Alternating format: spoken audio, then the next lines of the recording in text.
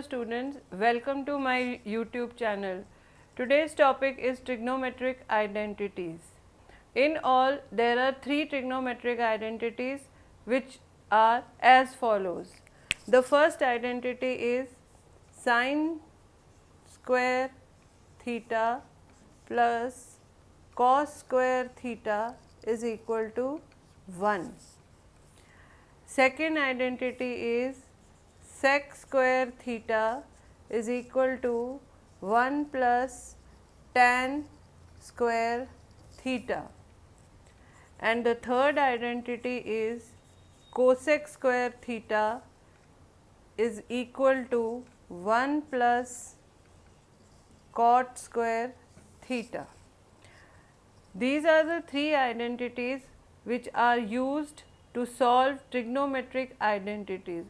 Trigonometric identities has two sides. It's just like an equation, LHS and RHS. Using LHS or simplifying LHS and with the use of these three identities, we will be proving it equal to RHS. The three identities, once again I will repeat, are as follows: sine square theta plus cos square theta is equal to 1. Sec square theta is equal to 1 plus tan square theta. Cosec square theta is equal to 1 plus cot square theta. Let us now do some examples using these identities. Let us take one example. Express the ratios cos A, tan A and sec A in terms of sin A. Let us start with cos A. If you see these three identities, cos comes in the first identity. Cos and sin both are there, and we have to express cos A in terms of sin A. We can easily do this by using the first identity. Our first identity is sin square A plus cos square A is equal to 1. Therefore, cos square A is equal to 1 minus sin square A, which gives us cos A is equal to root of plus minus root of 1 minus sin square A. So, we have expressed our first ratio cos A in terms of sin A by using our first identity sin square theta plus cos square theta is equal to 1. Now, we will do tan A.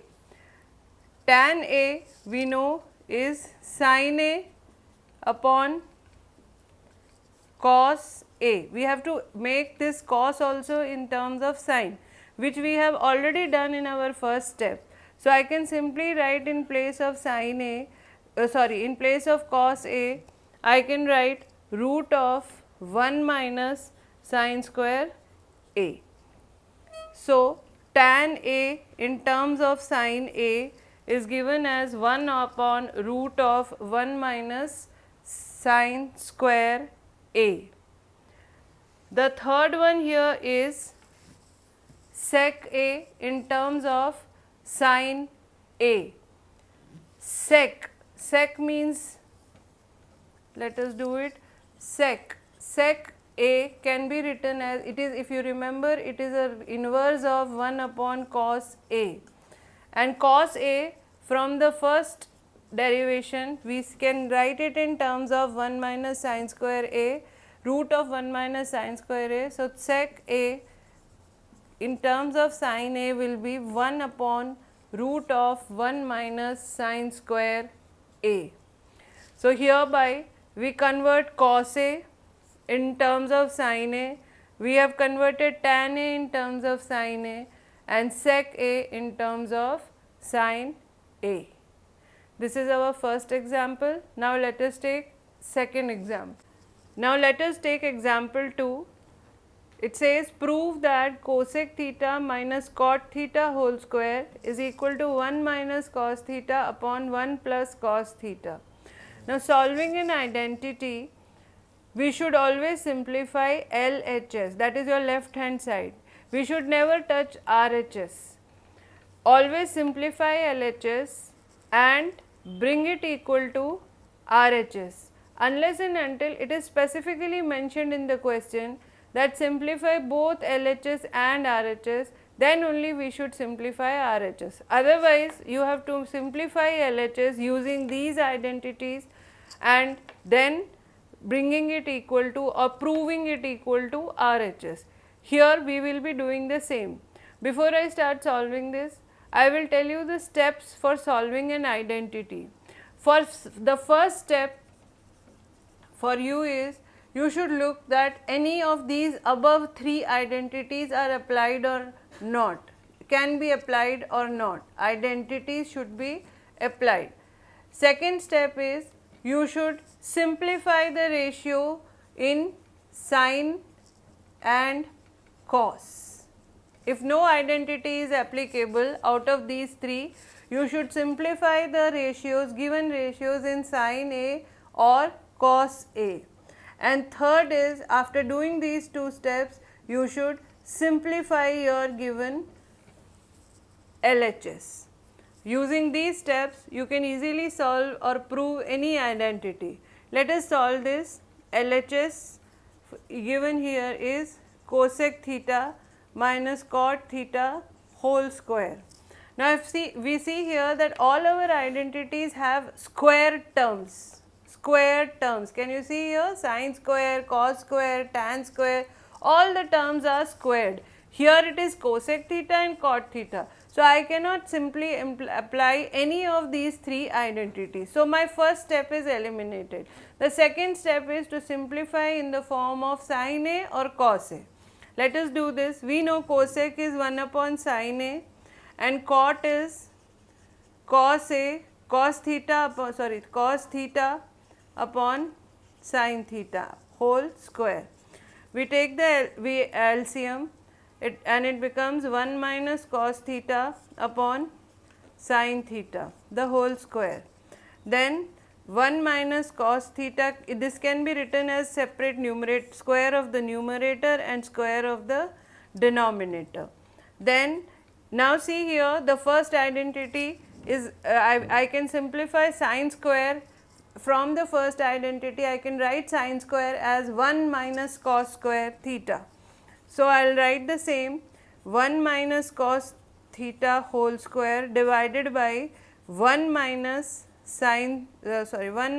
cos square theta, and whichever identity you are applying, here you have to write, because sine square, you have to give your reason, sine square theta plus cos square theta is equal to 1 against the step where you are applying the identity. Now, the next step is, along with these 3 identities, you should also have in your mind the algebraic identities which you have learnt in 8th and 9th standard. If you closely monitor your denominator, it is in the form of a square minus b square. A square minus b square, if you remember, the identity is a square minus b square is equal to a minus b, a plus b. So, using this identity, we will simplify the denominator. It will become, in one bracket 1 minus cos theta, in the other bracket 1 plus cos theta. Now, this 1 minus cos theta and here it will cancel and we will be left with only 1 minus cos theta, and if you see, this is nothing but our RHS, 1 minus cos theta upon 1 plus cos theta. After this, we will be writing RHS is equal to, LHS is equal to RHS, hence proved. It is from the board point of view, to conclude your question, you should always write LHS is equal to RHS, hence proved. If you do not write these 2 statements, your proof will be incomplete. So, please complete your proof by writing LHS equal to RHS, hence proved. Now, we will do third example. Example 3. Prove that square root of 1 plus sin A upon 1 minus sin A is equal to sec A plus tan A. Again, as I have told you, we will start with our LHS. root of 1 plus sin a upon 1 minus sin a. Here we will rationalize the denominator. We have learned this in the 9th standard. I hope you all remember. We will rationalize the denominator. Rationalizing it, our denominator is 1 minus sin a. So, we will multiply the numerator and the denominator both by 1 plus sin a upon 1 plus sin a. If you see the above, the numerator, it is 1 plus sin a whole square, 1 plus sin a whole square, and below again it is an algebraic identity a minus b, a plus b, which is nothing but a square minus b square. Do not forget to mention the use of identity as and give it as a reason. A square minus b square is equal to a minus b into a plus b, against the step where you are applying the identity. So, this becomes 1 minus sin square a. Then 1 plus sin a whole square, you will write it as it is, and 1 minus sin square is nothing but cos square a. Why? Because sin square, our first identity, sin square theta plus cos square theta is equal to 1. Now, because it is under the square root, we will take the square root, it comes as 1 plus sin a upon cos a. Our RHS, if we analyze our RHS, we can easily see that we have to separate the numerator. So, we will write it as 1 upon cos a plus sin a upon cos a, which is nothing but sec a plus tan a. Then we will write LHS equal to RHS, hence proved. Whenever you have your LHS in the square root, use the method of rationalizing the numerator or the denominator and try to get whole squares, because it is easier to take the square root of the squared numbers. That is what we have done here. Here if you see, it is 1 plus sin a whole square and it is cos square a. So, these are squared numbers. So, we can easily remove the square root by taking the square root of the two, and hence we reach to our RHS. So, we have proved another identity. We will do another example. Example 4.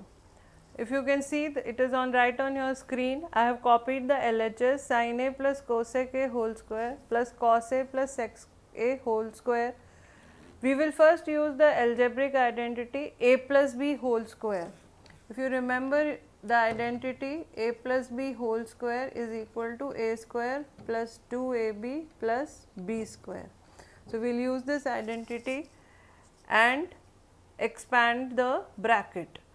We open the bracket, it becomes sin square a plus b square, which is cosec square a plus 2 sin a cosec a,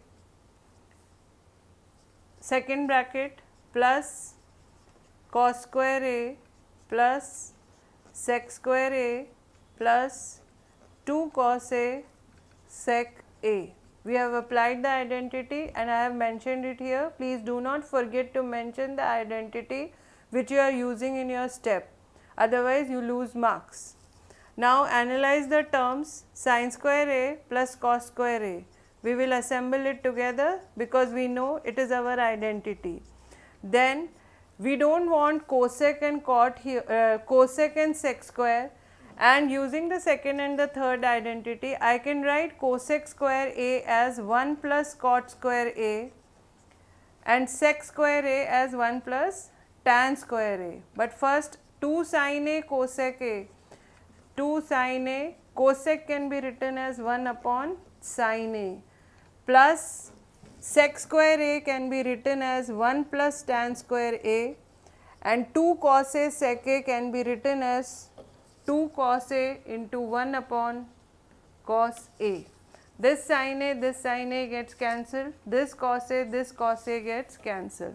Now applying the identity, sin square A plus cos square A is 1, 1, 1 plus cot square A, I will write it as it is, here 2, here 1 plus tan square A, and here 2.